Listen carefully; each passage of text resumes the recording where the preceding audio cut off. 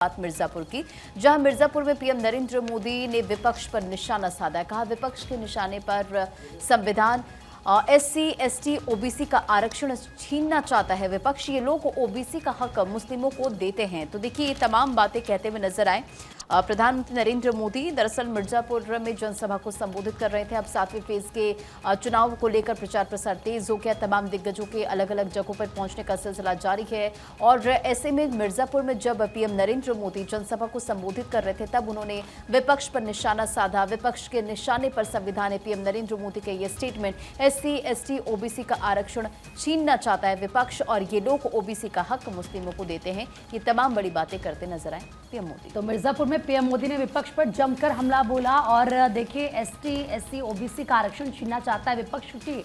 आरक्षण का मुद्दा ऐसा है जिसको लेकर लगातार प्रधानमंत्री नरेंद्र मोदी कहते आए हैं कि विपक्ष की नीति और नीयत साफ नहीं है।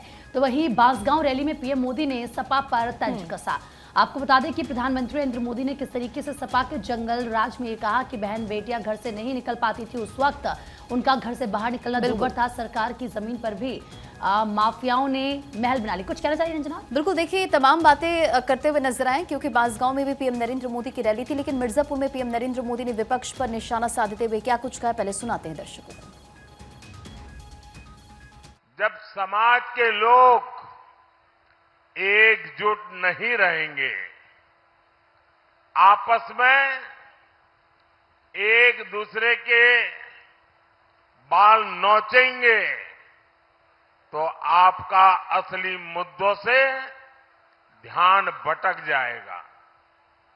तब ये इंडी वाले अपनी असली साजिश को अमल में लाएंगे। ये 3 बड़ी साजिशों को पूरा करने का लक्ष्य लेकर चल रहे हैं। एक तो ये इंडी वाले संविधान बदलकर उसमें नए सिरे से लिख देंगे कि भारत में धर्म के आधार पर आरक्षण दिया जाए। दूसरा, ये इंडी वाले एससी, एसटी, ओबीसी, अति पिछड़े को मिलने वाला आरक्षण खत्म कर देंगे। और फिर तीसरा काम होगा पूरा का पूरा आरक्षण धर्म के आधार पर मुसलमानों को देने का। तो देखिए किस तरीके से प्रधानमंत्री विपक्ष पर हमला बोल रहे थे।